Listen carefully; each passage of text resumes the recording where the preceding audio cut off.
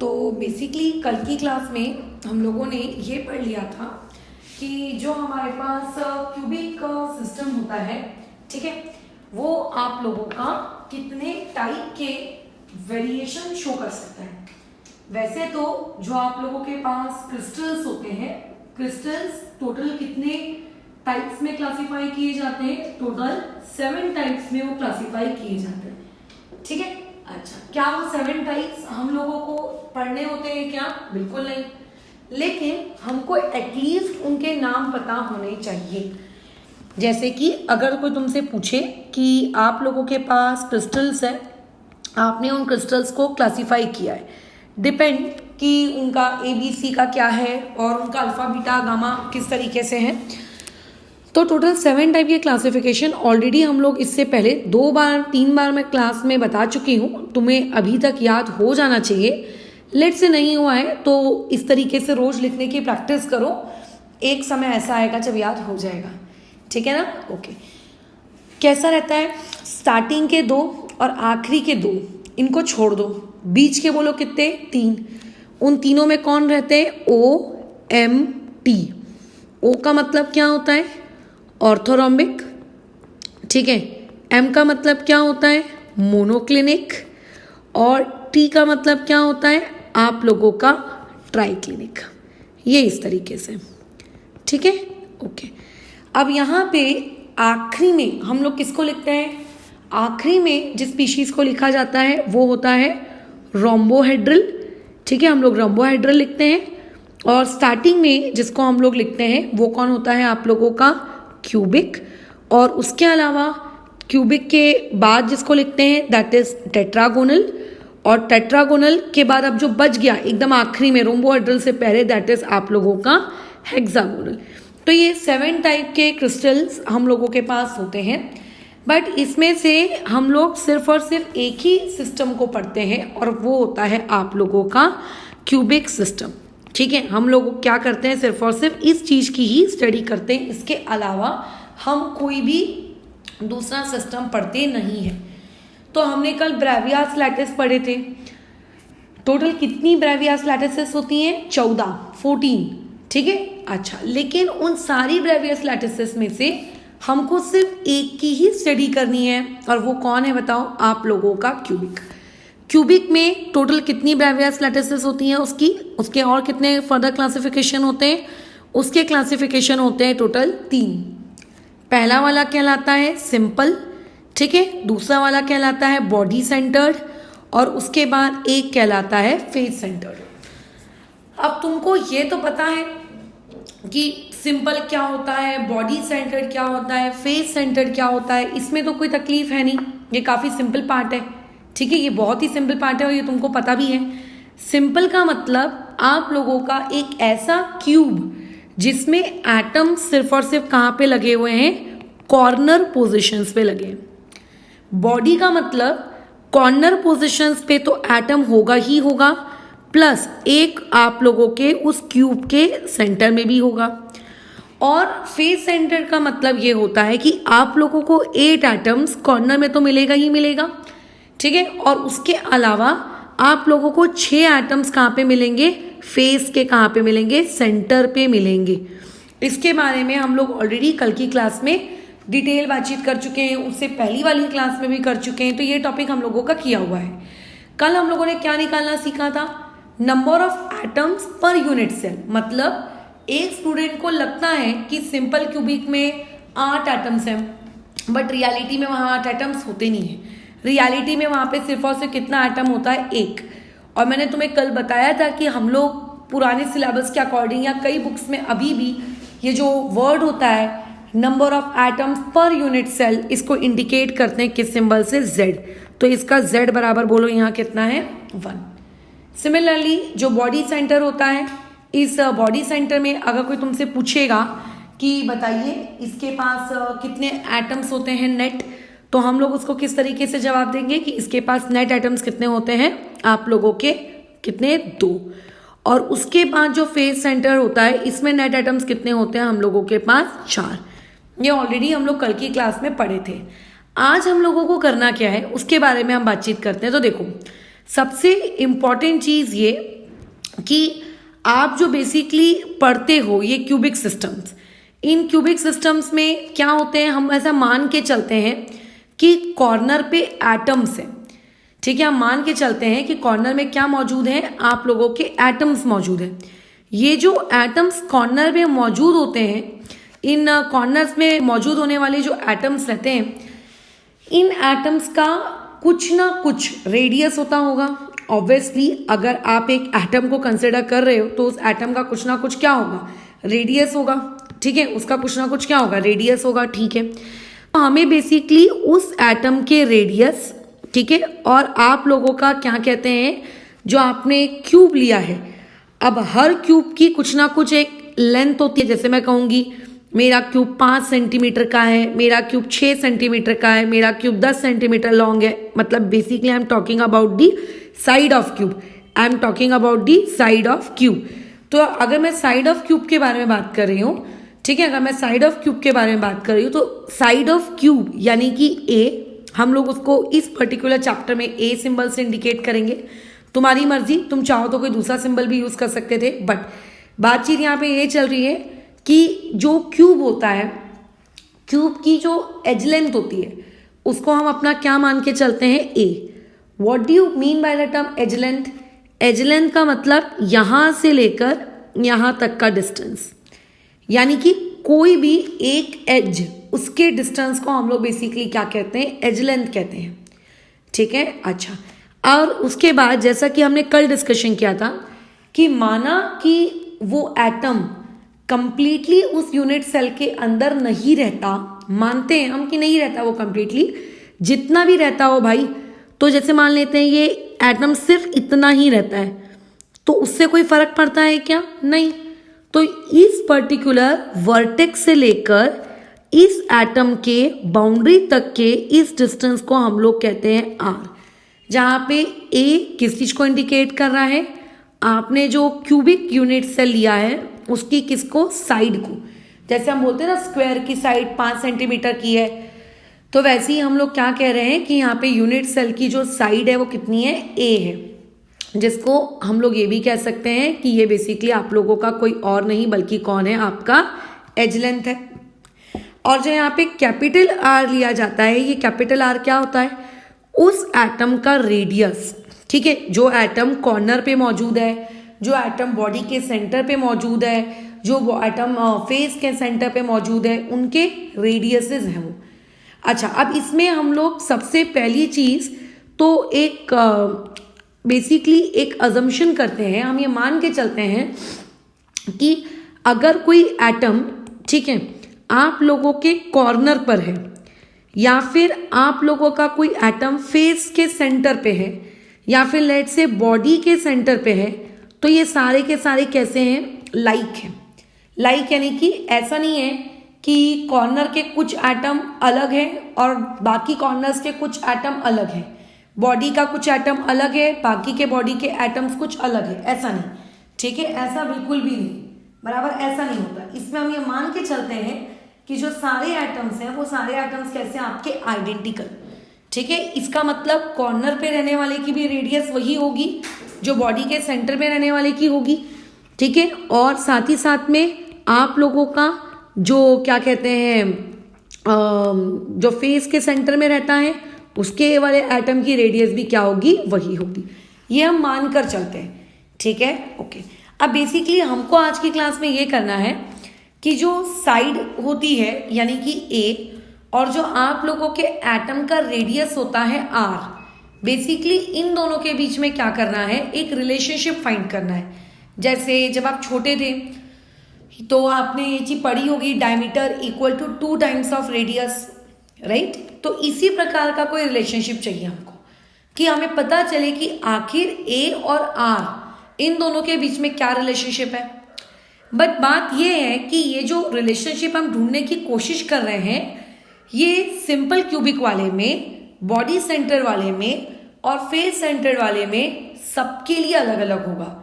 जब आप छोटे थे तो चाहे सर्कल छोटा हो, मोटा हो, बड़ा हो, कैसा भी हो, हमेशा ये रिलेशनशिप ट्रू बैठता था कि diameter equal to 2 times of radius, बराबर। लेकिन यहाँ पे हम लोग टोटल 3 यूनिट सेल्स की स्टडी करेंगे। एक पढ़ेंगे हम लोग सिंपल क्यूबिक यूनिट सेल, एक पढ़ेंगे हम बॉडी सेंटर्ड यूनिट सेल और एक पढ़ेंगे face centred unit cell.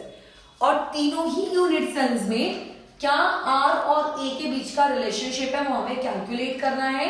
Paper में आता है ये चीज डिराइव करने के लिए, ठीक है। आपकी बुक में अलग से इसका कोई डेरिवेशन दिया नहीं है, बट आगे एक टॉपिक है पैकिंग इफिशिएंसी, उस पैकिंग इफिशिएंसी में इसको छोटे से जगह पे डिराइव करके दे दिया है। अदरवाइज लास्ट ईयर के सिलेबस का क्या पुरानी टेक्स्ट बुक के अकॉर्डिंग ये चीज कैसी होती थी कि आपका अलग से पहले रेडियस डिराइव करवाया जाता था और उसके बाद फिर पैकिंग इफिशिएंसी होती थी, करेक्ट। बट अभी फिलहाल वो चीज नहीं है, ठीक है ना। ओके, तो आगे कंटिन्यू करते हैं। तो हमें बेसिकली आर और ए के बीच का रिलेशनशिप ढूंढना है। सबसे आसान होता है ये रिलेशनशिप ढूंढना आपके सिंपल क्यूबिक के लिए, सबसे आसान होता है। सबसे आसान मतलब most easiest job of this world आपका किसके लिए होता है? Simple cubic. अगर मैं सिंपल क्यूबिक यूनिट सेल की बात करती हूं तो हम में से हर कोई इंसान ये बहुत अच्छे से जानता है कि simple cubic unit cell basically है क्या। तो सिंपल क्यूबिक यूनिट सेल में मान के चलते हैं ये आप लोगों का इस तरीके से एक क्यूब है, ठीक है। अच्छा, क्यूब के हर कॉर्नर्स में बताओ क्या मौजूद होते हैं? आपके एटम्स मौजूद होते हैं। ओके, बस इसी को हम लोग क्या कहते हैं? सिंपल क्यूबिक यूनिट सेल कहते हैं। और कल हम लोगों ने इसी सिंपल क्यूबिक यूनिट सेल का बहुत ही सुंदर सुंदर वाले डायग्राम देखे थे। बस एक काम करो, उन सुंदर सुंदर वाले डायग्राम्स को एक काम करो वापस से देख लो, ठीक है। एक मिनट, कहाँ चला गया? कल हम लोगों ने जो पढ़ा है वो टॉपिक गया कहाँ? ओके, एक मिनट।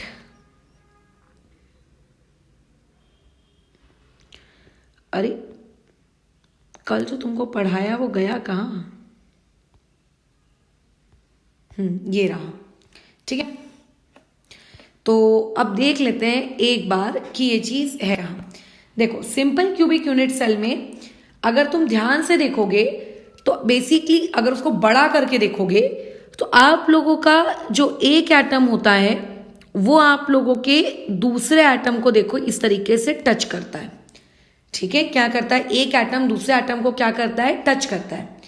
तो ऐसे में सिंपल क्यूबिक यूनिट सेल में भली तुमको ये दोनों एटम्स एक डिस्टेंस पे दिख रहे हो, ठीक है, बट रियलिटी में क्या ये डिस्टेंस पे होते हैं क्या? नहीं, रियलिटी में ये डिस्टेंस पे नहीं होते। अगर आप इसको प्रॉपर, हम लोग अपनी कन्वीनियंस के अकॉर्डिंग इसको बनाते हैं कि हर वर्टेक्स को हम एक एटम मान के चलते हैं, बट रियलिटी में सिंपल क्यूबिक यूनिट सेल में आपका एक एटम और दूसरा एटम इस तरीके से एक दूसरे को एक्सटर्नली टच कर रहे होते हैं। ये ऐसे एक दूसरे को एक्सटर्नली क्या कर रहे होते हैं? वो लोग टच कर रहे होते हैं। तो ये किसमें देखने को मिलता है? हमको सिंपल क्यूबिक यूनिट सेल के अंदर देखने को मिलता है। तो सिंपल क्यूबिक यूनिट सेल की जो सबसे बड़ी स्पेशलिटी है कि जो आप लोगों के पास कॉर्नर के एटम्स होते हैं, बेसिकली वो कॉर्नर के एटम्स एक दूसरे को क्या करते हैं?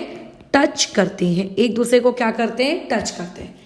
अब अगर कोई तुमसे पूछेगा कि ये यहां से लेके यहां तक, ठीक है, अगर किसने पूछा यहां से लेके इस ब्राउन पॉइंट से लेके इस ब्राउन पॉइंट तक, इस डिस्टेंस को आप क्या कहोगे?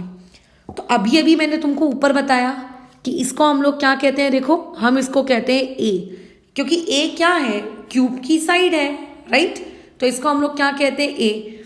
तो अगर मैं इसको ए नाम दे दूं, इसको मैं बी नाम दे दूं, तो अगर कोई तुमसे पूछेगा कि ए बी क्या है तो तुम बोलोगे ए बी क्या है? आप लोगों का ए, जहां पे ए का मतलब क्या होता है? एज लेंथ होता है।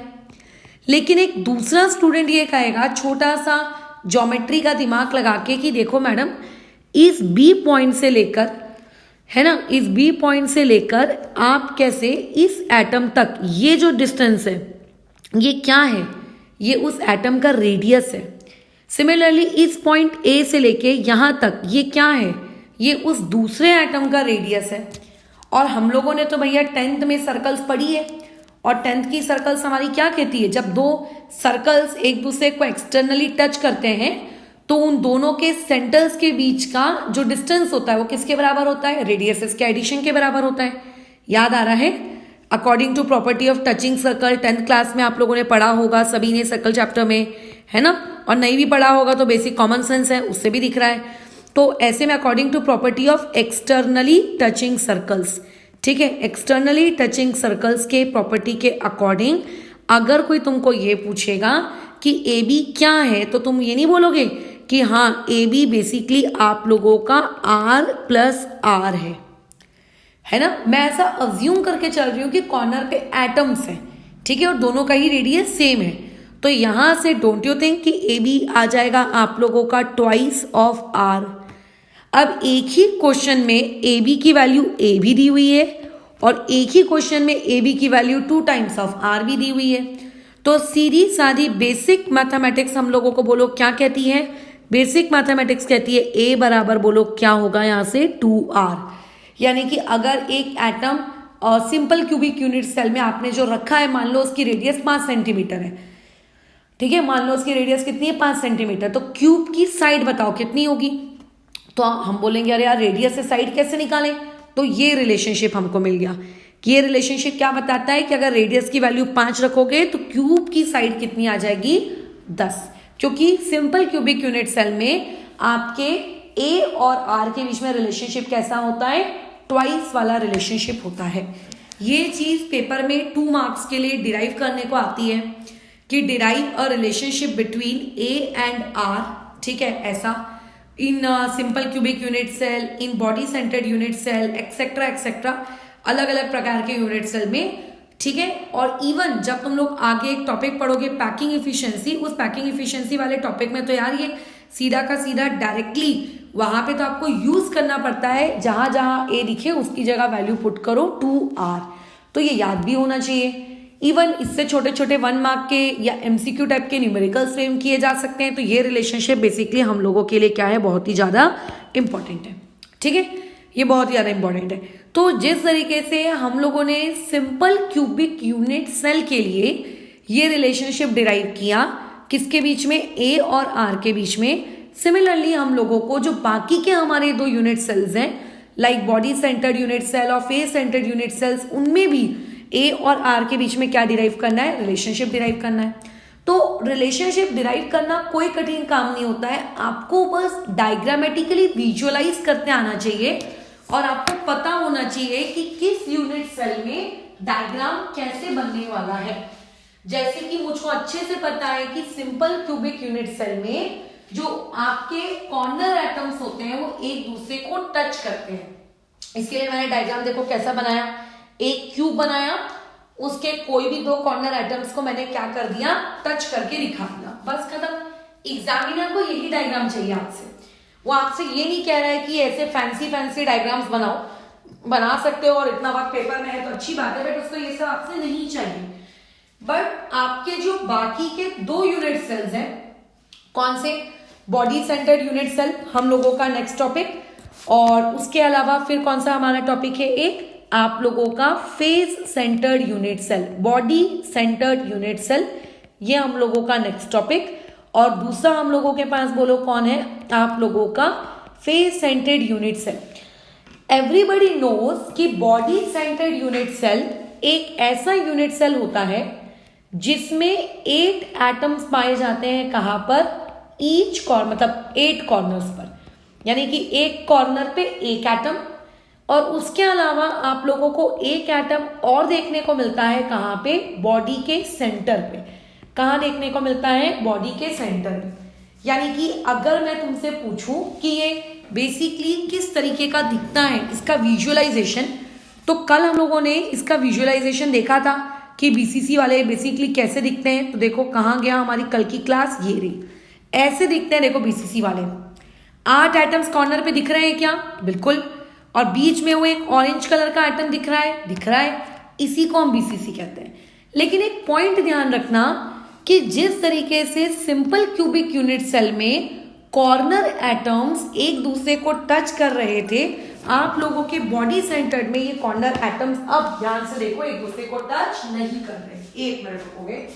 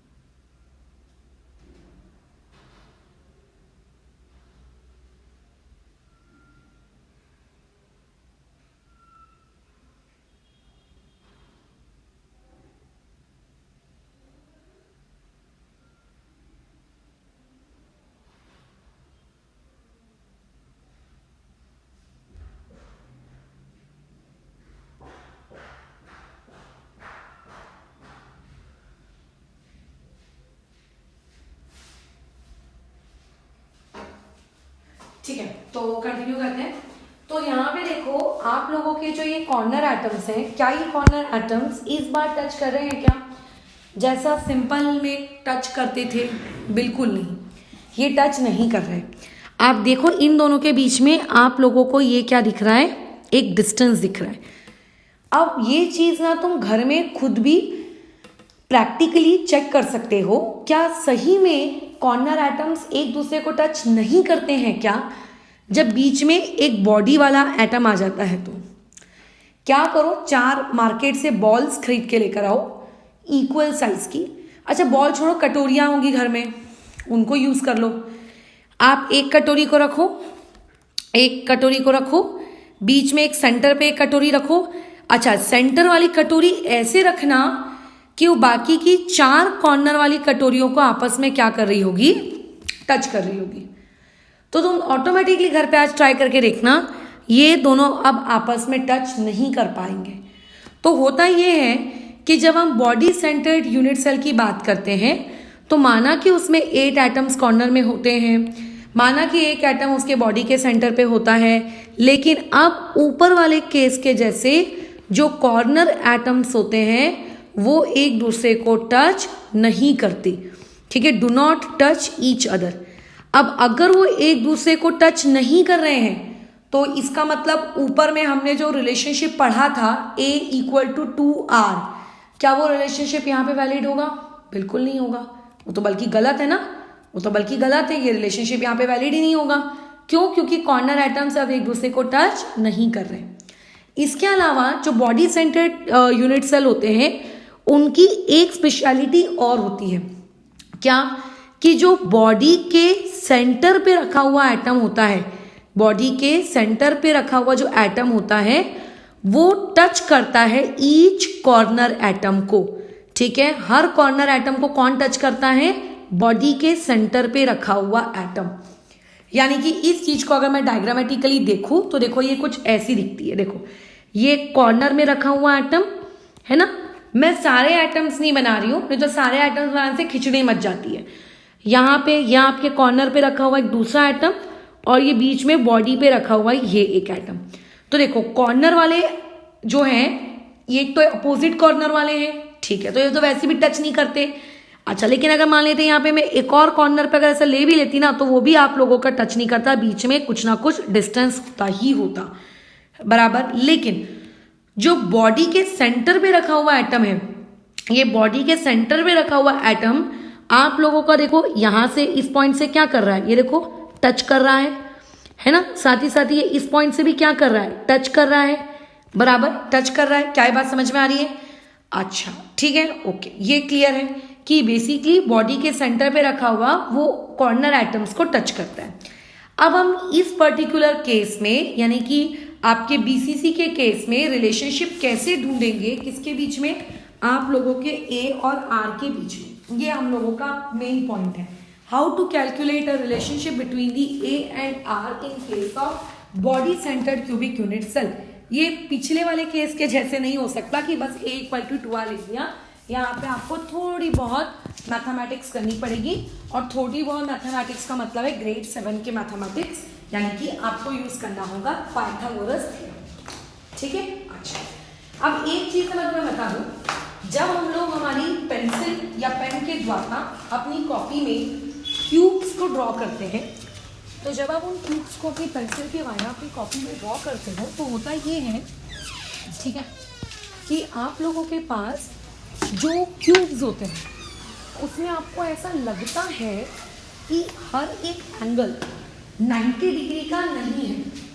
ठीक है, आपको ऐसा लगता है कि हर एक एंगल वहां पे 90 डिग्री का नहीं है। कैसे हो सकता है मैडम 90 डिग्री का एंगल? लग तो नहीं रहा ना कि 90 डिग्री का एंगल है, बट रियलिटी में वहां पे हर एंगल कितने डिग्री का होता है? 90 डिग्री का होता है। तभी तो उसको यार क्यूब कहेंगे ना, तभी तो उसको क्यूब कहेंगे। यानी कि ये एंगल आपको ऐसा लगता है नहीं मैडम ये 90 डिग्री का है नहीं, बट वो 90 डिग्री है।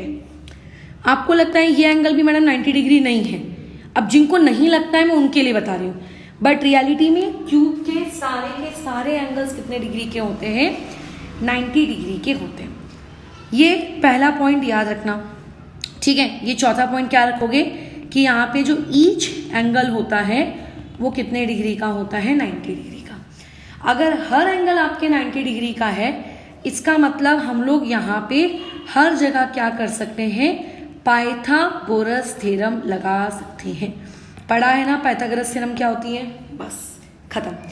तो अभी जो body centred cubic unit cells होते हैं, इनकी जब हमें कैलकुलेशंस करने की बारी आती है, यानी कि जब हमें इनके ए और आर इन दोनों के बीच में जब रिलेशनशिप ढूंढना है, तो बेसिकली हमें क्या करना पड़ता है, 2 बार पाइथागोरस थ्योरम लगानी पड़ती है। कितनी बार, 2 बार।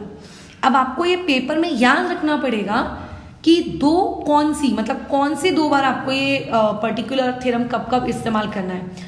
तो सबसे पहले देखो, हम लोग जो पाइथागोरस थ्योरम यूज करते हैं वो करते हैं नीचे के लिए। वो कहाँ के लिए करते हैं, नीचे के लिए। अच्छा मैं बता दूं, जब तुम अपने एग्जाम हॉल में यही सेम चीज डिराइव करने की कोशिश कर रहे होगे ना, तो होगा ऐसा कि उस वक्त आप लोगों के पास ये डायग्राम आपको ऐसा नहीं बन के मिलेगा, मतलब आप बना नहीं पाओगे ऐसा। और जब आप ऐसा सेम डायग्राम नहीं बना पाओगे तो आपको कंफ्यूजन हो जाएगी कि अरे यार अब मैं, क्योंकि सबका देखो क्यूब बनाने का तरीका अलग होता है। जैसे मान लेते हैं मैं क्यूब ऐसे बनाती हूँ, तो मेरा ये वाला क्यूब इस वाले क्यूब से देखो अलग दिख रहा है। हो सकता है कि कोई इंसान क्यूब इस तरीके से बनाता हो, तो उसका ये वाला क्यूब और ये वाला क्यूब अलग दिख रहा है। तो बेसिकली एक कंफ्यूजन क्रिएट हो जाता है दिमाग के अंदर कि यार जब क्लास में समझाया था तब तो बन गया, लेकिन अभी बन नहीं रहा है। और ये कंफ्यूजन सिर्फ एक ही रीजन की वजह से होता है, वो है डायग्राम। मेरे साथ खुद हुआ है ये, और 12th में नहीं उसके आगे भी हुआ है फर्दर पढ़ाई में, कि पेपर जब डिराइव करने की बारी आती है तो डायग्राम ही करेक्ट नहीं बनता है। तो इसीलिए मैं हमेशा सजेस्ट करूंगी कि यही वाले डायग्राम की आप अच्छे से प्रैक्टिस करो बीसीसी का यूनिट सेल ड्रॉ करने के लिए। जो तुम्हारी बेसिकली आदत है ना, वो वाला नहीं, क्योंकि उसमें कंफ्यूजन ज़्यादा होता है और क्लियरिटी थोड़ी सी कम होती है। ज़्यादा कठिन नहीं है डायग्राम बनाना, ध्यान दोगे तो। देखो ये इस तरीके से एक काइट है, ये नीचे इस तरीके से एक दूसरी काइट है, और बेसिकली हम लोग बस क्या कर रहे हैं, उन लोगों को देखो बस ये ज्वाइन कर रहे हैं, बन गया ये डायग्राम, है ना। बल्कि तो ज़्यादा आसान है, ठीक है। तो इस डायग्राम को आप याद रखेंगे। अब इसमें हम लोगों को कितने बार पाइथागोरस लगानी है, 2 बार। तो मैं पहली बार जब पाइथागोरस थ्योरम लगा रही हूँ तो देखो कहाँ लगा रही हूँ, अप्लाइंग फर्स्ट टाइम आप लोगों का पाइथागोरस थ्योरम कहाँ लगाएंगे। देखिए ये जो आप जिस कमरे में अभी बैठे हो, उस कमरे की एक छत है और उस कमरे की एक ज़मीन है, बाकी तो दीवारें हैं भाई 4। तो जो ज़मीन होती है या जो छत होती है या जो दीवारें होती है, उनमें से कहीं पे भी आप पाइथागोरस लगा सकते हो, कहीं पर भी। वो तुम्हारी चॉइस है कि तुम कहाँ लगाना चाहते हो। बट मैंने अभी कहाँ लगाया, जो कमरे की ज़मीन है मैंने वहाँ पाइथागोरस लगाया, ठीक है। ये जो कमरे की ज़मीन है मैंने वहाँ पाइथागोरस लगाया। ये ज़मीन है देखो कमरे की, ये कमरे की कैसी है ज़मीन है। अब मैंने जैसे अभी अभी ऊपर क्लियर किया था कि हर एंगल कितने डिग्री का होता है, 90 डिग्री का होता है। इसका मतलब हम लोग ये वाला ट्राइंगल कंसिडर कर रहे हैं। देखो ये आपका एक, ये दूसरी साइड, और ये आप लोगों की तीसरी साइड, और एक साइड और दूसरी साइड के बीच का ये एंगल कितना होगा, 90, क्योंकि ईच एंगल बिटवीन साइड्स बोलो कितना होता है, 90। तो ये जो आपको ट्राइंगल मिला ABC, आप इस ABC में पाइथागोरस थ्योरम लगाने वाले हैं, ठीक है। लगाओ इस ABC में पाइथागोरस थ्योरम। क्या होता है, हाइपोटेनियस का स्क्वायर, हाइपोटेनियस कौन होगा, AC square equal to AB square, और प्लस में क्या आ जाएगा, BC स्क्वायर। अच्छा मैं तुम्हें एक और बात बता दूं, जो अच्छा चलो इसको बाद में बता देंगे, इस बात को पहले डिराइव कर लेते हैं। AB क्या है, एज लेंथ, BC क्या है, एज लेंथ। उस क्यूब की साइड्स ही है ना AB और BC बराबर, और क्यूब में हर साइड बोलो कितनी होती है, सेम होती है। तो ये हो जाएगा A square plus A square. तो यहाँ से AC स्क्वायर की वैल्यू आ जाएगी 2 टाइम्स ऑफ A स्क्वायर। चाहे तो स्क्वायर रूट ले लो, ठीक है, ये लो स्क्वायर रूट ले लिया, तो मेरे को यहाँ से AC की वैल्यू मिल गई। AC की वैल्यू क्या ढूंढनी थी क्या हमको, नहीं, हमको तो बल्कि R और A इन दोनों के बीच में रिलेशनशिप ढूंढना था।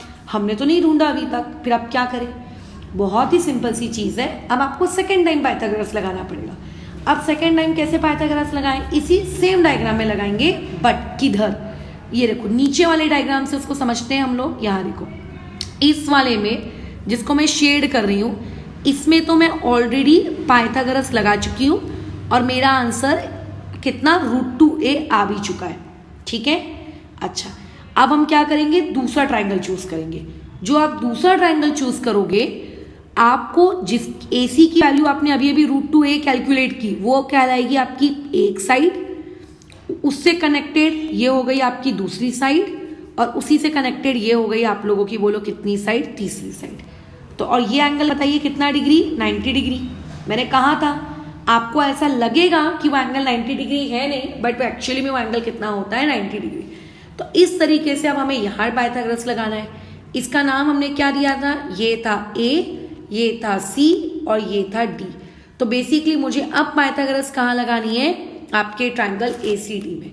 बोलो क्या हो जाएगा, आप लोगों का AD का स्क्वायर इक्वल्स टू DC का स्क्वायर प्लस AC का स्क्वायर।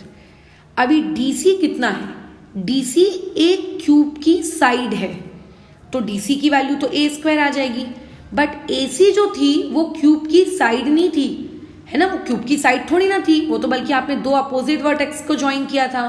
तो AC की वैल्यू को हम A तो नहीं ले सकते थे, इसीलिए हमको क्या करना पड़ा, ऊपर हमने सबसे पहले AC की वैल्यू निकाली जो कि कितनी थी, √2a, या फिर मैं ऐसा कहूँ AC स्क्वायर की वैल्यू कितनी है, 2 times of A square.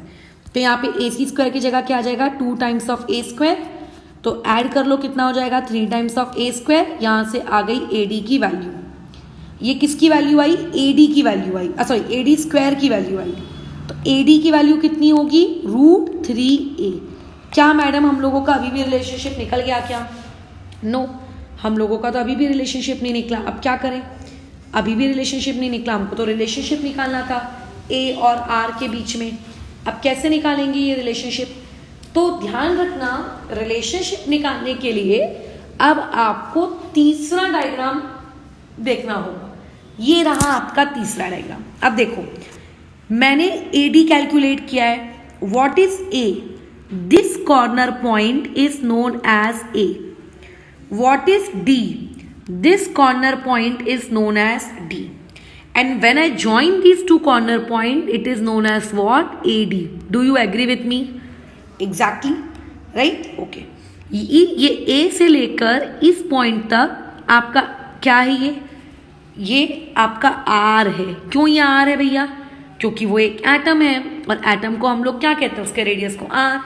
Similarly आप लोगों के इस पॉइंट से लेके इस पॉइंट तक ये जो डिस्टेंस है, this distance is also what, R। But ये जो डिस्टेंस आपको दिख रहा है, क्या ये R होगा, नहीं, ये तो पूरा का पूरा कंप्लीट स्फीयर है ना। तो बेसिकली ये पूरा का पूरा डिस्टेंस क्या होगा, ये डायमीटर होगा, बराबर। तो if somebody would ask you कि इस डायग्राम को देखो और यहाँ से बताओ कि AD क्या है, तो AD तुम ये नहीं कहोगे कि AD is nothing but R, नीचे वाले एटम की वजह से, प्लस डायमीटर बीच वाले एटम की वजह से, प्लस अगेन R ऊपर वाले कॉर्नर एटम की वजह से। एंड जैसे कि हम सब जानते हैं कि डायमीटर क्या होता है, 2 टाइम्स ऑफ R। तो बेसिकली AD की वैल्यू कितनी आ गई, 4R आ गई इस थर्ड डायग्राम को देखकर। तो सेकेंड डायग्राम के अकॉर्डिंग AD की वैल्यू √3a है, सेकेंड डायग्राम के थर्ड डायग्राम के अकॉर्डिंग AD की वैल्यू 4R है। तो जैसा कि हम बेसिक मैथमेटिक्स जानते हैं कि from equation 1 and 2 √3 times of A equal to 4R। So यहाँ से R की वैल्यू कितनी हो जाएगी, √3a/4। This is the relationship between R and A when you are dealing with the body centred cubic unit cell. ठीक है, जब आप किसके साथ बात करते हो, body centred cubic unit cell के साथ बात करते हो तब। तो जिस तरीके से सिंपल क्यूबिक यूनिट सेल में बहुत ही आसानी से हमने क्या किया था, A इक्वल टू 2R लगा दिया था, क्योंकि कॉर्नर एटम्स टच कर रहे थे। आपकी जो body centred cubic unit cell होता है, इसमें कॉर्नर एटम्स टच नहीं करते हैं। सो इन दैट केस आपको क्या करना होगा, ये इस तरीके से पाइथागोरस थ्योरम का वहाँ पे उपयोग करते हुए काम में आगे बढ़ना होगा। अब इसमें एक बहुत ही इंटरेस्टिंग चीज़ है, उसको तुम याद रखोगे। ये चीज़ आप लोगों के छोटे छोटे 1 line question, 1 mark numerical, 1 mark के किसी भी क्वेश्चन में पूछी जा सकती है। Please focus on it.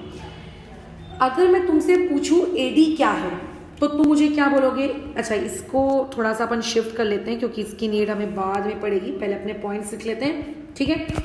अगर मैं पूछूंगी तुमसे एडी क्या है, तो तुम मुझे कहोगे कि मैडम बीसीसी में जो एडी है वो आपका √3a है। अगर आप ए के टर्म से पूछना चाह रहे हो तो, अगर आप आर के टर्म से पूछना चाह रहे हो तो वो 4 टाइम्स ऑफ आर है। बट मैं तुमसे ये नहीं पूछ रही हूँ उसकी वैल्यू क्या है, मैं तुमसे ये पूछ रही हूँ क्या है। तो तुम डायग्राम ऑब्जर्व करो, क्या है एडी। ए एक पॉइंट है, कहाँ का, जमीन का। डी एक पॉइंट है, कहाँ का, छत का। दोनों पॉइंट्स कहाँ है, एक दूसरे के अपोजिट है। एक छत का पॉइंट, एक जमीन का पॉइंट, दोनों एक दूसरे के अपोजिट है। अब जिस कमरे में भी बैठे हो ना, एक बार छत को देखो, एक बार जमीन को देखो, ऐसे 2 अपोजिट पॉइंट्स को आपस में कनेक्ट करो, that is AD. And this AD is known as what, body diagonal. Diagonal मतलब तो पता है ना, 10वीं पढ़े हो ना, किसी भी 2 अपोजिट वर्टेक्स को अगर आप ज्वाइन कर देते हो तो वो डायगोनल कहलाती है। बस this is diagonal. But which diagonal, body diagonal.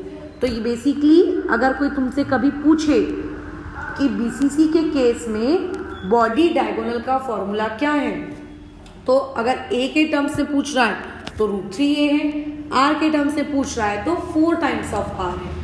कई बार कैसा होता है, एटम का रेडियस दे दिया जाता है और पूछा जाता है कि बताइए इस बीसीसी में उसकी बॉडी डायगोनल की वैल्यू कितनी होगी, तो आपको पता होनी चाहिए इतनी होगी। कई बार ए दे दिया जाता है और आपको पूछा जाता है बॉडी डायगोनल निकालिए बीसीसी में, तो आपको पता होना चाहिए बॉडी डायगोनल इतनी होगी। समझ रहे हो? अच्छा, क्यों? क्योंकि एक पॉइंट छत का था और एक पॉइंट कहाँ का था, जमीन का था। ये बॉडी डायगोनल है, ठीक है। ओके, एक और चीज़ है बहुत जरूरी सी, देखो फर्स्ट इमेज में आ जाओ। फर्स्ट इमेज एसी क्या है? अगर मैं एसी को देखूं तो ए आप लोगों का एक पॉइंट है जमीन का, सी आप लोगों का एक पॉइंट है जमीन का। बट ये दोनों पॉइंट्स एक दूसरे के अपोजिट हैं और आपने दोनों अपोजिट पॉइंट्स को ज्वाइन कर दिया है। तो जब भी हम अपोजिट पॉइंट्स को ज्वाइन करके एक सेगमेंट तैयार करते हैं, उसको बेसिकली हम लोग क्या कहते हैं, डायगोनल कहते हैं। तो ये भी हमारी डायगोनल ही है। बट क्या इसको बॉडी डायगोनल कहना चाहिए? नहीं। ये डायगोनल कौन सी है? देखो, इस जगह को आप क्या कहोगे, इस पूरी जगह को क्या कहोगे, एक फेस कहोगे। ये एक क्या है, एक फेस है। कमरे की जमीन, कमरे की छत, कमरे की 4 दीवारें, ये सब क्या है, ये फेस है। तो बेसिकली ये जो एसी होती है, ये एसी आप लोगों की क्या कहलाती है, फेस डायगोनल। जरूरी नहीं है कि मैंने A B C D points दिए तो तुम भी A B C D points दो, तुम कुछ भी दे सकते हो। But the most important part is आप लोगों का डायग्राम ऐसा होना चाहिए, ठीक है, ऐसा। अगर तुमने कुछ और बनाया और उसकी घर से अगर प्रैक्टिस नहीं करके गए हो और पेपर में अपना कुछ डायग्राम बनाया और कंसेप्ट मेरे वाले यूज कर रहे हो और तुम डायग्राम में लोकेट नहीं कर पा रहे हो क्या करना है कैसे करना है, मैं बता रही हूँ 100% तुम भूल जाओगे। ये चीज होती है और तुम अकेले नहीं हो, बहुत सारे लोगों से होती है। सिमिलरली फिजिक्स में एक था बहुत ही important concept, Wheatstone network meter bridge. वो मुझे बहुत अच्छे से याद था। जब ट्यूशन में टेस्ट हुई, जिस दिन हुई मैं भूल गई, मेरे को याद ही नहीं आ रहा था वो कहाँ कैसा क्या ज्वाइन। और सेम ये चीज सॉलिड स्टेट में भी होती है। ये आर और ए के से बहुत कंफ्यूजन होता है, कहाँ वाले को पहले किसको निकाला था, बाद में किसको निकाला था, कब क्या पुट किया था। इसीलिए practice is very important and दूसरी चीज डायग्राम इज वेरी इंपॉर्टेंट, ठीक है। बुक्स में जो यूजुअली डायग्राम दिए होते हैं वो इतने अजीबोगरीब दिए होते हैं कि उससे हमको समझ ही नहीं आता है कि अरे यार ये अब भाई अब कैसे कैलकुलेट करें, ठीक है। चलो आगे बढ़ते हैं। तो बीसीसी के केस में जो AC है उस AC की वैल्यू कितनी है, √2a। And this AC is nothing but AC is what, आप लोगों का फेस डायगोनल। ये कौन है, आप लोगों का फेस डायगोनल, ठीक है। ये कौन है, आप लोगों का फेस डायगोनल। किसके केस में, BCC के केस में। किसके केस में, BCC के केस में। ये कौन है, आप लोगों की फेस डायगोनल है। अच्छा, अब तुम कहोगे कि सिंपल क्यूबिक के वक्त आपने नहीं बताया फेस डायगोनल बॉडी डायगोनल, ठीक है वो भी बता देंगे, पहले अभी आगे कंटिन्यू कर लेते हैं। फिर देखो, तो हमें पता चल चुका है, क्या पता चल चुका है बताओ, कि BCC के केस में R और A इसका क्या रिलेशनशिप है। इसका रिलेशनशिप क्या है, देखो अभी अभी ऊपर प्रूफ किया, R equal to √3 times of A upon 4। आपको बाय हार्ट ये फॉर्मूला याद होना चाहिए। सीधा न्यूमेरिकल आता है 2 से 3 मार्क्स के लिए। ए दिया है आर निकालो, आर दिया है ए निकालो, बट जिस महान प्राणी को फॉर्मूला ही याद नहीं होगा कैसे निकालेगा।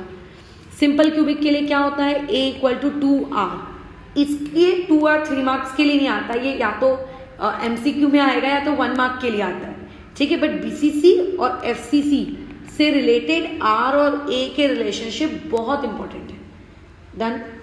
अभी हमने ये देख लिया कि BCC में किस तरीके से काम होता है, हमने ये देख लिया कि आपके सिंपल क्यूबिक में किस तरीके से काम होता है। अब हमें ये देखना है कि अगर तुम लोगों के पास में कोई face centred cubic unit cell होता, FCC होता, तो FCC में R और A के बीच का क्या रिलेशनशिप होता। तो सबसे पहले हम कुछ चेक पॉइंट्स बना लेते हैं कि हम खुद FCC के बारे में कितना जानते हैं।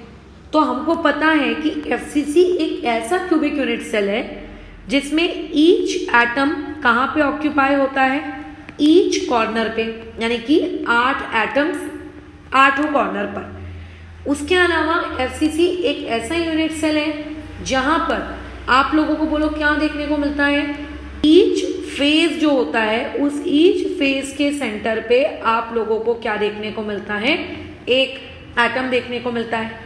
ये हम लोग FCC के बारे में ऑलरेडी जानते हैं। लेकिन सबसे बड़ा सवाल ये होता है कि जिस तरीके से सिंपल क्यूबिक यूनिट सेल में कॉर्नर एटम्स खुद को टच कर पा रहे थे, ठीक है, खुद को एक दूसरे से क्या कर रहे थे, टच कर पा रहे थे, क्या हम लोगों के FCC में वो कॉर्नर एटम्स खुद को टच कर पाते हैं क्या, सबसे बड़ा डाउट। क्या खुद को वो टच कर पाते हैं क्या, सबसे बड़ा डाउट। तो अगर मैं BCC की बात करूं, जो कि हमने अभी ऊपर देखा, मैंने वहां क्या लिखवाया था, corner atoms do not touch each other. लेकिन अगर हम लोग बातचीत करते हैं FCC की, तो हम लोग कल की क्लास का एक विजुअलाइजेशन देख लेते हैं FCC वाला। ये विजुअलाइजेशन आपको हेल्प करेगा समझने में क्या वो टच करते हैं कि वो टच नहीं करते। देखो यही था हम लोगों का FCC। आइडियली कॉपी में अगर आपको FCC बनाना है तो आप इस तरीके से बनाओगे। अब हर कोई ध्रुव के जैसा अच्छा पेंटर तो हो नहीं सकता, कितनी सुंदर सुंदर डायग्राम बना ले। मैं तो नहीं बना सकती, मैं तो यही बनाऊंगी। बट जब हम उसको एकदम अच्छे से एनालाइज करते हैं और उसको देखते हैं तो देखो ये है आप लोगों का एक कॉर्नर एटम, ये आप लोगों का एक कॉर्नर एटम, ये दिख रहा है। ये है आप लोगों का दूसरा कॉर्नर एटम, और ये है उन फेस के, ये कौन सा है, ये बीच में, जो फेस के बीच में एटम होता है ना, ये फेस के बीच में पाया जाने वाला एटम। क्या तुम्हें ये कॉर्नर एटम्स आपस में टच करते हुए दिख रहे हैं? ना। क्या तुम्हें ये दो कॉर्नर एटम्स टच करते हुए दिख रहे हैं? ना। क्या ये दो टच करते हुए दिख रहे हैं? ना। क्या ये दोनों टच करते हुए दिख रहे हैं? ना। इट मीन्स दैट कि आपके FCC के केस में जो कॉर्नर एटम्स होते हैं वो एक दूसरे को टच नहीं करते। Corner atoms do not touch each other. तो कॉर्नर एटम सिर्फ एक ही केस में टच करते हैं, और वो कौन सा होता है आप लोगों का, सिंपल क्यूबिक यूनिट सेल। क्या होता है? Simple cubic unit cell. बाकी जगह वो टच नहीं करते। अच्छा ओके, अभी ये जो हम FCC पढ़ रहे हैं इसके लिए R और A के बीच में रिलेशनशिप निकालना बहुत ही इजी काम है, बहुत ही इजी, अल्टीमेटली इजी काम है। अच्छा कैसे? देखो पहले तो आप FCC को देख लो। FCC में मैं मानती हूं कि कॉर्नर एटम्स आपस में टच नहीं करते, बट अगर मैं तुमसे कहूं एक फेज को एनालाइज करो, एक फेज देखो, एक फेज को चेक करो, तो लेट्स से ये एक फेज हम लोग चेक कर रहे हैं, सिर्फ एक फेज। टोटल क्यूब में 8 फेजेस होती हैं, 8 फेजेस को चेक मत करना, सिर्फ एक फेज को चेक करो। इस वाली फेज को चेक करो, इस वाली फेज को देखो। इस वाली फेज में ये कौन है? Corner atom. ये कौन है? Corner atom. और इन कॉर्नर एटम के बीच में बोलो क्या है? ये एक एटम है ना। इन दोनों कॉर्नर एटम के बीच में क्या है? ये एक एटम। समझ रहे हो? तो क्या ये फेस के बीच वाला एटम उन कॉर्नर एटम्स को टच कर रहा है क्या? हाँ ये तो कर रहा है, ठीक है, ये तो कर रहा है। जिस तरीके से पिछले वाले केस में बॉडी डायगोनल वाला कॉर्नर्स वालों को टच कर रहा था, इस वाले केस में जो आप लोगों का फेस का सेंटर पे जो एटम है वो इस वाले कॉर्नर एटम से भी टच हो रहा है और इस वाले कॉर्नर एटम से भी वो बेसिकली क्या हो रहा है, टच हो रहा है। ठीक है, इसी चीज को हमने डायग्रामेटिकली यहाँ पे देख लिया, इसी चीज को हमने डायग्रामेटिकली यहाँ पे देख लिया कि पूरा का पूरा मैडम एफसीसी आपको बनाने की जरूरत नहीं है, उस पूरे के पूरे एफसीसी की सिर्फ एक फेज देखो। तो इस एक फेज में ये वाला कॉर्नर एटम और ये वाला कॉर्नर एटम और देखो ये बीच में बोलो क्या, फेज का सेंटर वाला एटम, ये आपस में टच कर रहे हैं, बिल्कुल कर रहे हैं। अगर मैं तुमसे पूछूं ये ए पॉइंट से लेके सी पॉइंट तक का डिस्टेंस क्या है, तो ये एसी डिस्टेंस दो तरीके से निकाला जा सकता है। आप पाइथागोरस थ्योरम को यूज करके निकालो, बताओ कितना होगा AC, क्योंकि ये एंगल कितना है 90 डिग्री, तो AC क्या हो गई, डायगोनल, तो AC square equals to A square plus A square, तो AC स्क्वायर की यहाँ से वैल्यू आ जाएगी 2 टाइम्स ऑफ ए स्क्वायर, तो AC आ गया आप लोगों का √2a। लेकिन अगर मैं डायग्राम को सिर्फ ऑब्जर्व करूं और ऑब्जर्व करके अगर मैं AC की वैल्यू निकालूं इन टर्म्स ऑफ रेडियस, तो क्या वो निकाली जा सकती है, बिल्कुल निकाली जा सकती है। देखो इस पॉइंट से इस पॉइंट तक ये क्या है, एक एटम की रेडियस, इस पॉइंट से इस पॉइंट तक ये भी क्या है, एटम की रेडियस, और ये कंप्लीटली क्या है, डायमीटर है। तो ये बोलो क्या हुआ, ये हो गया आप लोगों का AC equals to R plus D plus R plus 2R plus R, तो AC की वैल्यू आ गई कितनी, 4R। ठीक है, AC की वैल्यू क्या आ गई, 4R। अच्छा, और ये क्या है, क्या ये क्यूब है क्या, नहीं, ये एक फेज हमने किया है, उस क्यूब में से हमने एक फेज निकाला और उस एक फेज को निकाल के हम स्टडी कर रहे हैं, बाकी क्यूब को हम स्टडी नहीं कर रहे, हम सिर्फ उसके क्या कर रहे हैं, एक फेज को स्टडी कर रहे हैं, सिर्फ उसके एक फेज को। और अगर मैं इन दोनों इक्वेशंस को आपस में कंपेयर करूं तो AC equal to 4R equal to √2a यहाँ से आ रहा है, यानी कि मैं क्या ये कह सकती हूँ कि R equal to √2a upon में 4, ये रिलेशनशिप होता है FCC के केस में R और A के बीच में, यानी कि ऊपर नोट्स में हम क्या लिख सकते हैं कि R equal to √2a upon में 4। ठीक है, ये अब एक स्टूडेंट को मैं बता दूं पेपर में कंफ्यूजन कहाँ होता है, ये इन दोनों के बीच में कंफ्यूजन होता है कि BCC में √3 था कि FCC में √3 था। एक मिनट, हेलो, एक मिनट, मेरी तरफ से चालू है, यहीं पे सीढ़ियाँ नीड है ना मुझे, मैं आ जाती हूँ। ठीक है, देखना पड़ता है, ठीक है, मैं करती कॉल, एक मिनट। ठीक है, सबसे ज़्यादा कन्फ्यूजन कहाँ होता है कि BCC वाले में यहाँ √3 आता है कि √2 क्या आता है। तुम चाहो तो एट अ टाइम तभी के तभी डिराइव कर सकते हो, या फिर बेटर रहेगा कि चीज़ों को प्रैक्टिस करो तो ज़्यादा बेहतर है। ठीक है, तो इस तरीके से हम लोगों ने जितने भी यूनिट सेल्स थे उन सारे के सारे यूनिट सेल्स को क्या कर दिया बताओ आप लोगों का कैलकुलेट कर दिया कि A और R के बीच में क्या रिलेशनशिप होता है। ठीक है, A और R के बीच में क्या रिलेशनशिप है। अब क्या ये चीज़ तुम्हारे टेक्स्ट बुक में है क्या, तो देखो हेडिंग देकर नहीं दी गई ये चीज़ें। ठीक है, चाहे आप NCERT पढ़ो या चाहे आप स्टेट बोर्ड की किताब अलग से, हम लोग किया कि सिंपल क्यूबिक यूनिट सेल के लिए A इक्वल टू 2R होता है, बराबर। ये देखो इसने भी लिखा है A इक्वल टू 2R, खत्म है ना। इसने भी देखो यही डायग्राम बनाया है, बस ठीक है, डन। फिर मैंने तुम लोगों, अच्छा ये वाली जो स्टेप 2 स्टेप 3 स्टेप 4 है इसको इग्नोर करो, ये हम लोग कल सीखेंगे, पैकिंग इफिशिएंसी हम ये कल सीखेंगे। ठीक है, अभी इसको इग्नोर करो। अच्छा, फिर मैंने बॉडी सेंटर्ड के लिए तुम लोगों को निकालना सिखाया, बताओ कितना आया था हमारा बॉडी सेंटर्ड के लिए answer, R equal to √3a/4। क्या ये बुक में है क्या? इसने भी देखो पाइथागोरस यूज किया है भैया, किया तो है। Steps won't change, diagram will change. और देखो इसका डायग्राम देखो एक बार, कितना गंदा सा लग रहा है ना, कंफ्यूजन का पिटारा सा लग रहा है। इसीलिए बेटर है कि जो डायग्राम मैंने दिए हैं उसको बनाना। ठीक है, किस स्टेप में आंसर्स लिखना है वो मैं बता देती हूँ तुमको, लेकिन ये देखो यही आया।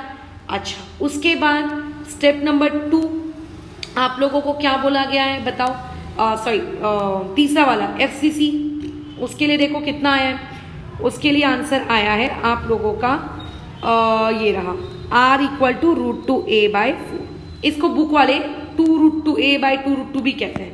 मैं बता देती हूँ ये a/2√2 कैसे आया। आपने कुछ नहीं किया, जो 4 था उस 4 को लिखा 2 × 2। अच्छा, और ऊपर से जो नीचे में एक 2 था उसको लिखा √2 × √2 और एक 2 वैसे का वैसे। अब अगर किसी प्राणी को समझ में नहीं आ रहा है कि ये कौन सी मैथ्स चल रही है, तो ये 9th क्लास की मैथ्स चल रही है, ठीक है। ऊपर का √2 नीचे का √2 कट गया, आंसर आएगा a/ कितना 2√2। तो तुम चाहो तो इसी एक्सप्रेशन को ऐसे ही छोड़ सकते हो या तुम ऐसे भी लिख सकते हो, बट तुम्हें पता होना चाहिए कि ऐसा लिखा जा सकता है। क्यों? क्योंकि आप लोगों को पेपर में MCQ वाले फॉर्मेट में हो सकता है ये चीज ऐसी पूछ ली जाए, ठीक है।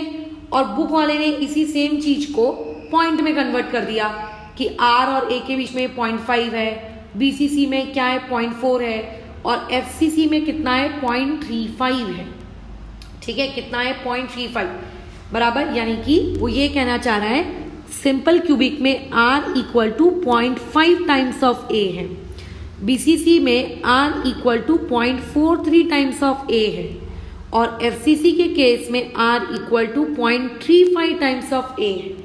तो अगर मैं इस चार्ट को देखूं और इस चार्ट के बीच में तुमसे कहूं कि कंपेयर करो, ठीक है, रेडियस, किसकी रेडियस? आप लोगों के सिंपल क्यूबिक की, बॉडी सेंटर्ड की और फेस सेंटर्ड की। तो इस चार्ट को देख के साफ साफ समझ में आ रहा है हम लोगों को, बोलो क्या, कि आप लोगों का जो A है उससे यहाँ क्या मल्टीप्लाई हो रहा है 0.5, यहाँ क्या मल्टीप्लाई हो रहा है 0.4 और यहाँ क्या मल्टीप्लाई हो रहा है 0.3। तो बड़ा नंबर कौन सा हुआ? जिससे 0.5 मल्टीप्लाई हो रहा होगा, ये मानते हुए कि A सभी के लिए सेम है। तो सिंपल क्यूबिक के लिए रेडियस सबसे बड़ी होगी, BCC के लिए रेडियस उससे छोटी होगी और सबसे छोटी radius, please focus on my word radius, मैं रेडियस बोल रही हूँ, हाँ मैं क्या बोल रही हूँ, रेडियस। रेडियस क्या होगी आप लोगों की, ऐसा ऑर्डर फॉलो करेगी। तो अभी पेपर में अगर तुमसे ये चीज पूछी जाती तो कैसे पूछी जाती बताओ? Derive a relationship between R and A for simple cubic, derive relationship between R and A for BCC, derive relationship between R and A for FCC। ये 3 चीजें आपको 2 2 3 3 मार्क्स के लिए पूछी जा सकती है। या फिर आपको 1 मार्क का क्वेश्चन यहाँ से क्या पूछा जा सकता है, कंपेयर करो रेडियसेस। तो हम सोचते हैं कि यार हमने तो सिर्फ रेडियस को डिराइव करना सीखा है, कंपेयर कहाँ से करें? तो ये इस तरीके से कंपेयर करें। अच्छा, तीसरा क्वेश्चन का फॉर्मेट यहां से ये फ्रेम किया जा सकता है कि आपको न्यूमेरिकल्स दिए जाए कि बताओ A दिया है, R दिया है, फटाफट निकालो। तो उसके लिए फॉर्मूला याद होना बहुत ही जरूरी है, ठीक है बराबर। तो बुक में अलग से कोई हेडिंग नहीं दी हुई है कि रेडियस का ये डेरिवेशन है, ये इसका डेरिवेशन है, बट एक ही हेडिंग के अंतर्गत उन्होंने 3 चीजें डिराइव करवाई आपसे। स्टेप नंबर 1 में वो आपसे रेडियस डिराइव करवाता है, स्टेप नंबर 2 में वो आपसे वॉल्यूम डिराइव करवाता है, स्टेप नंबर 3 में वो आपसे पैकिंग एफिशिएंसी डिराइव करवाता है। तो आज हमने क्या डिराइव किया? आपका रेडियस। कल हम क्या डिराइव करेंगे? वॉल्यूम। बल्कि मैं ये भी बता दूं, वॉल्यूम मेरे डिराइव करने की है भी नहीं, वो तुम खुद कर सकते हो, बट स्टिल मैं करवा दूंगी कि अगर कुछ लोगों को कंफ्यूजन हो तो मे भी उन लोगों को ऐसा ना लगना चाहिए, अगर यार तो समझा ही नहीं। और फिर अगले दिन हम लोग क्या डिराइव करेंगे? Packing efficiency. तो सबसे इंपॉर्टेंट डेरिवेशन क्या है? रेडियस। और क्या है? Packing efficiency. वॉल्यूम का डेरिवेशन इज नॉट इंपॉर्टेंट, क्योंकि वॉल्यूम का फॉर्मूला क्या होता है? 4/3 πr3। आर पता है, आर की वैल्यू पुट कर दो इसी। बट फिर भी कल हम बातचीत करेंगे, अभी इसको बात नहीं करते। तो ये इस टाइप के क्वेश्चन यहाँ से क्या किए जा सकते हैं? फ्रेम किए जा सकते हैं। अब एक बार देख लेते हैं कि तुम्हारी बुक की एक्सरसाइज में कहीं पे कोई चीज हमारे आज के पढ़े हुए टॉपिक से रिलेटेड हमको दिख रही है क्या? ढूंढो जरा। हाँ देखो देखो, मिल गई। क्या बोला है? आप लोगों के पास पीबी है, पीबी मतलब लेड, इसके पास FCC स्ट्रक्चर है, वेरी गुड। एज लेंथ आपको दिया हुआ है 495 पिकोमीटर, मतलब ए की वैल्यू आपको दी हुई है 495 पिकोमीटर। एज लेंथ मतलब वही। आपको रेडियस पूछ रहा है। अब कई स्टूडेंट्स को मैंने ऑब्जर्व किया है, चाहे वो 10th के हो या चाहे 12th के हो, वो फॉर्मूलाज से वैल्यूज पुट करके आंसर निकालने से ज़्यादा वो इस बात में बिलीव करते हैं कि बुक में जो न्यूमेरिकल या फिर जो MCQ दिया है उसको रट्टा मार लो। अरे यार ज़रूरी है क्या पेपर में तुझको यही न्यूमेरिकल मिलेगा? तो कुछ भी मिल सकता है। तो आपको कंसेप्ट एक्चुअली पता होना चाहिए। क्वेश्चन में साफ साफ बोला गया है कि पीबी का कौन सा स्ट्रक्चर होता है, एफसीसी स्ट्रक्चर होता है। अब क्योंकि अगर उसका एफसीसी स्ट्रक्चर है तो जस्ट राइट नाउ हमने आर और ए के बीच का रिलेशनशिप डिराइव किया है। बोलो क्या? Are equal to √2a upon में कितना 4। You have to just put the values. ठीक है, देखो √2 वैसे का वैसी, अच्छा √2 को वैसे का वैसी नहीं रखते हैं। √2 की वैल्यू आपने छोटे स्टैंडर्ड में पढ़ी होगी 1.414 होती है, मैंने वो पुट किया। ए कितना है आप लोगों के पास? 495 पिकोमीटर। जैसे मीटर, सेंटीमीटर, किलोमीटर ये यूनिट्स होती है ना डिस्टेंस की, वैसे पिकोमीटर है। और अपॉन में क्या ले लिया? 4। Just you have to do calculations, तुम उसकी कैलकुलेशंस करो, ठीक है, और चेक करो कि तुम्हारा ऑप्शन किस आंसर से मैच हो रहा है। मैंने कैलसी की मदद से अभी ये कैलकुलेशन की और मेरा आंसर आ रहा है 174.9। तो तुम्हें लगता है इसको मैं अप्रोक्सीमेटली क्या ले सकती हूँ? आप लोगों का 175 ले सकती हूँ, अप्रोक्सीमेट 175। तो देखो ये किस ऑप्शन से मैच हो रहा है? डी ऑप्शन से। So correct answer is what? आप लोगों का डी। तो देखो हम लोगों ने एक एमसीक्यू भी कर लिया। तो जैसा मैंने बताया था ना कि आपको सीधा डायरेक्ट फॉर्मूला बेस्ड सवाल आता है। अगर आपको ये पता है कि वो कौन सा क्रिस्टल है, मतलब सिंपल क्यूबिक है, बीसीसी है कि एफसीसी है, तो आपको सिंपली वहाँ पे वैल्यूज पुट करनी है और अपना आंसर वहाँ से निकालना है, और कुछ भी नहीं होता है। ठीक है, कुछ भी नहीं। अच्छा और देख लेते हैं, और कोई इस टाइप का सवाल है क्या तुम्हारे पास?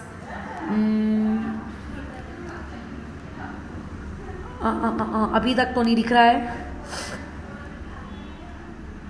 हाँ देखो एक और मिल गया, ये 9th वाला। ये सारे क्वेश्चंस ना अपनी कॉपी में सॉल्व करके रखना। क्या बोला है कि कॉपर जो है, अच्छा मैं एक बता दूं, कई बार ना यहाँ पे ऐसा लिख कर नहीं आता है कि वो कौन सा वाला यूनिट सेल है। तो उसमें ना एक पॉइंट ना थोड़ा सा ध्यान रखोगे अपने दिमाग में कि यूजुअली जो मेटल्स होते हैं, ये नोट्स में ही ये पॉइंट इंक्लूड कर लेना, अच्छा जगह नहीं है लिख लेना। आपके पास यूजुअली जो मेटल्स होते हैं, डी ब्लॉक मेटल्स, ठीक है, ये लोग कौन सा वाला यूनिट सेल शो करते हैं? एफसीसी। तो कई बार वहाँ लिख के आता है कॉपर, आयरन, बट ये सब नहीं बताया जाता है कि एफसीसी है कि बीसीसी है कि सिंपल क्यूबिक है। तो हमें से मैक्सिमम लोगों की गाड़ी जो है वो वहीं अटक जाती है कि अगर चाहे तो दिया ही नहीं है कि कौन सा वाला यूनिट सेल है। तो उसमें ये चीज़ तुम्हारी काफ़ी ज़्यादा हेल्प करेगी कि यूजुअली मेटल्स आप लोगों को कौन सा वाला सिस्टम शो करके देते हैं? एफसीसी सिस्टम शो करके देते हैं। ठीक है, तो कुछ कुछ पॉइंट्स मैं आगे बताती जाऊंगी, तो उनको तुम्हें अपने दिमाग में स्टोर करते जाना है। जैसे कि एक पॉइंट क्या है? मेटल्स यूजुअली आप लोगों को क्या देते हैं? एफसीसी स्ट्रक्चर देते हैं।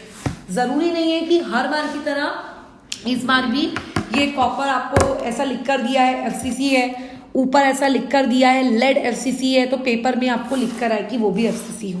ठीक है, तो बताओ अभी अभी हमने किया क्या आएगा? R equals to what? आप लोगों का √2a/4। इस बार अगेन एज लेंथ आपको 495 थी। अच्छा ऊपर भी वही दी थी क्या? अरे बताओ, ऊपर भी वही सेम चीज थी, बस इसने उन्होंने नाम बदल दिया है। हे भगवान, क्या घनघोर पाप किया है। कम से कम वैल्यू तो चेंज कर देता।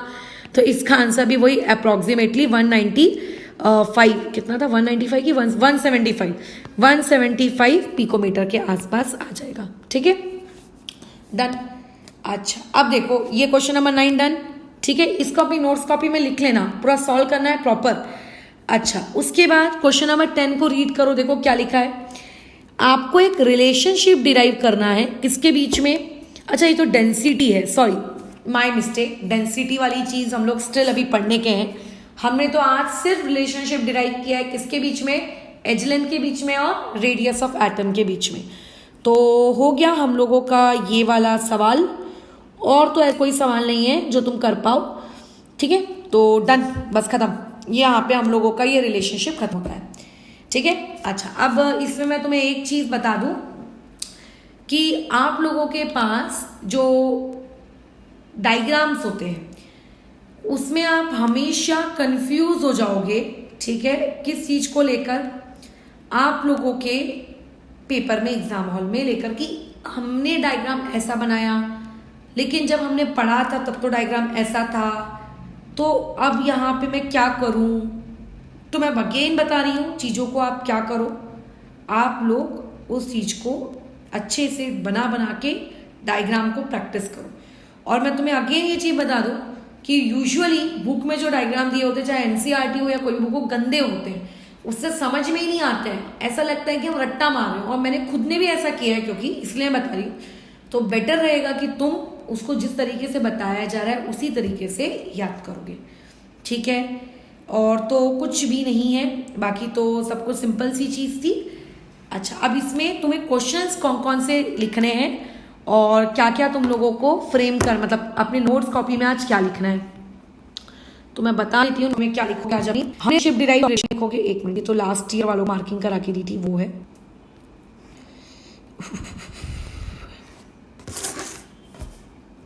तो देखो, अभी कल जो मैंने तुमको नोट्स बनवाए ना, वो बेसिकली यही बनवाए। तो ये वाली चीज़ तुम लोग अपने टारगेट से रट्टा मत मारना। मैं ऑलरेडी तुम्हारे कॉपी में इसके नोट्स बनवा चुकी हूँ, है ना। देखो, टारगेट में देखो कितना ऐसा लगता है कि कितने सारे आंसर्स हैं, बट एक्चुअली उतने सारे नहीं होते, वो बहुत ही कम होते हैं अगर ठीक से पढ़ो तो, ठीक है। अच्छा, ये तुम कर सकते हो टारगेट से। और बस एक बार रीड, क्योंकि बुक का सवाल है ऑब्जर्व द डायग्राम, तो बुक वाले सवाल को आप लोगों को इस तरीके से पता होना चाहिए। अच्छा, आज हम लोगों ने क्या पढ़ा, रिलेशनशिप वाला पार्ट पढ़ा ना, किधर है ये। अच्छा, इसमें देखो उसने रेडियस और ए के बीच की रिलेशनशिप को अलग से हेडिंग देकर तो नहीं करवाया है एज यूजुअल, बट तुम लोग करोगे। कैसे करोगे, देखो पहला क्वेश्चन क्या फ्रेम करना, derive the relationship between edge length and radius of atom. अगर तुम्हें एज लेंथ लिखने में दिक्कत हो रही है तो ए लिख देना एंड आर, ठीक है, बट बेटर रहेगा एज लेंथ लिखो। हमारी बुक में एज लेंथ को ए लिया जा रहा है, हो सकता है कल को एक्स ले लिया जाए, तो वेरिएबल ही है ना, सिंबल है वो, तो उससे क्या फर्क पड़ता है। Edge length for simple cubic, तो सिंपल क्यूबिक के लिए क्या करोगे, सबसे पहला पॉइंट डायग्राम बनाओगे। क्या करना है, सबसे पहला पॉइंट डायग्राम, कौन सा, ये वाला डायग्राम बना लो, ये बहुत ही ईजी है ना। अच्छा, पॉइंट नंबर 2 क्या लिखोगे, मैं बताती जाती हूँ। पॉइंट नंबर 2 में क्या लिखना, स्टेटमेंट लिखना। कैसी स्टेटमेंट लिखोगे, सुन लो। पॉइंट नंबर 1 में डायग्राम बनाओगे सुंदर सा, ये टारगेट वाला, ठीक है। अच्छा, और उसके बाद क्या करोगे, पॉइंट नंबर 2 में आप ये बताओगे कि सिंपल क्यूबिक यूनिट सेल में उसको एक्सप्लेन करोगे। एक्सप्लेन मतलब सिंपल क्यूबिक यूनिट सेल में कहाँ एटम्स होते हैं, तो बताना कि ईच एटम कॉर्नर पे होता है। पॉइंट नंबर 3 में क्या लिखोगे कि जो कॉर्नर एटम्स होते हैं, स्टेटमेंट प्रॉपर इंग्लिश में बनाना, वो एक दूसरे को क्या करते हैं, टच करते हैं। पॉइंट नंबर 4 अब क्या लिखेंगे, तो देखो पॉइंट नंबर 4 के लिए वापस से टारगेट में आते हैं। हो सकता है थोड़ा इधर उधर में कूदा फांदी करनी पड़े, बंदर समान क्या यहाँ से ये सुन रहे हैं फिर ये देख रहे हैं, बट करना पड़ेगा ना अगर नोट्स बना रहे हैं बुक में तो। 1 मिनट, ये ओपन नहीं हो रहा है। अब पॉइंट नंबर 4 क्या लिखोगे, तो पॉइंट नंबर 4 में ये लिखोगे, फ्रॉम द फिगर, यहां से लेके यहां तक, ये आपका point number 4, A equal to 2r, खत्म। अच्छा, और आंसर खत्म होने के बाद ये जरूर लिख देना कि where R is radius of atom and A is edge length, खत्म। ये आपका शॉर्ट एंड सिंपल सा डेरिवेशन सिंपल क्यूबिक के लिए। यही सेम डेरिवेशन तुम्हें किसके लिए करना है, बीसीसी और एफसीसी के लिए। तो बीसीसी और एफसीसी के लिए अभी फिलहाल जो टारगेट वाले ने डायग्राम बना के दिया ये भी ठीक है, बट अगर तुम डायग्राम मेरे अकॉर्डिंग बनाना चाहते हो तो तुम्हारी चॉइस है, तुम्हें जो बनाना है करो। पहला पॉइंट आप क्या करोगे, डायग्राम। सेकंड में आप बीसीसी को एक्सप्लेन करोगे कि बीसीसी क्या होता है, कि उसमें 8 एटम्स कॉर्नर पे होते हैं और एक एटम बॉडी के सेंटर में होता है।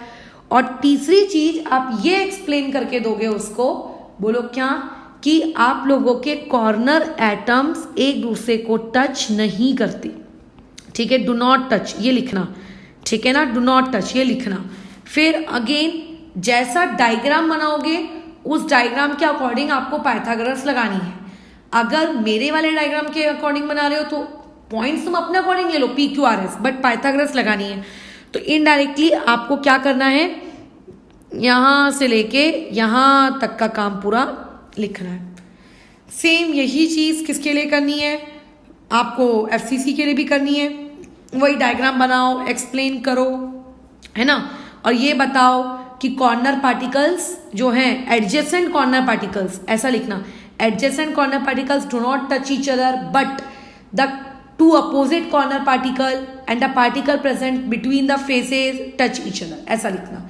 और मैं सजेस्ट करूंगी कि बेटर है कि तुम मेरा ही वाला डायग्राम बनाओ, बट चॉइस आपकी है। फिर यहाँ से लेके यहाँ तक का उठा के डेरिवेशन छाप दोगे, खत्म हो गई कहानी। बस ये 3 क्वेश्चन तुम्हें आज की नोट्स कॉपी में लिखने हैं, ये 3 क्वेश्चन। अच्छा, चौथी चीज तुम्हारी नोट्स कॉपी में जो होनी चाहिए वो क्या, आप लोगों के ये नोट्स होने चाहिए। ये जो मैंने नोट दिया ना, ये नोट्स होने चाहिए। Point number 1, point number 2, point number 3, ये होना चाहिए।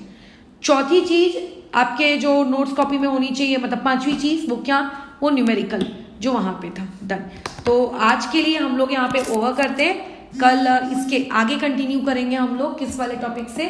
आप लोगों का जो नेक्स्ट टॉपिक है वॉल्यूम वाली, मैं बता दूं वॉल्यूम वाली चीज इतनी आसान है कि वो मुझे अलग से उसको सिखाने की नीड नहीं है, बट स्टिल चलो पढ़ लेते हैं, कोई दिक्कत नहीं, ताकि कुछ लोग जिनकी मैथमेटिक्स कमजोर है या फिर जो नहीं कर पाते हैं उन लोगों को समझ में आ जाना चाहिए कि हाँ ये ऐसा हुआ है, ये वैसा। ठीक है, फिलहाल के लिए इसको भी अच्छा रुको एक और चीज, 6वीं चीज, तुम्हें वो रिलेशनशिप भी लिखना है जो मैंने उसी वीडियो के बुक में लिखवाया ना, ये रिलेशनशिप आर वाला कि अगर आप आर को कंपेयर करते हो तो किसका आर कैसा है, ये आपको लिखना है। ठीक है, उसका आंसर ये इस तरीके से, ऐसे चार्ट से भी याद रखना, क्वेश्चन क्रिएट किए जा सकते हैं, तो आपको आना चाहिए। ठीक है, ओके, फिर अभी रोकते हैं इस चीज को।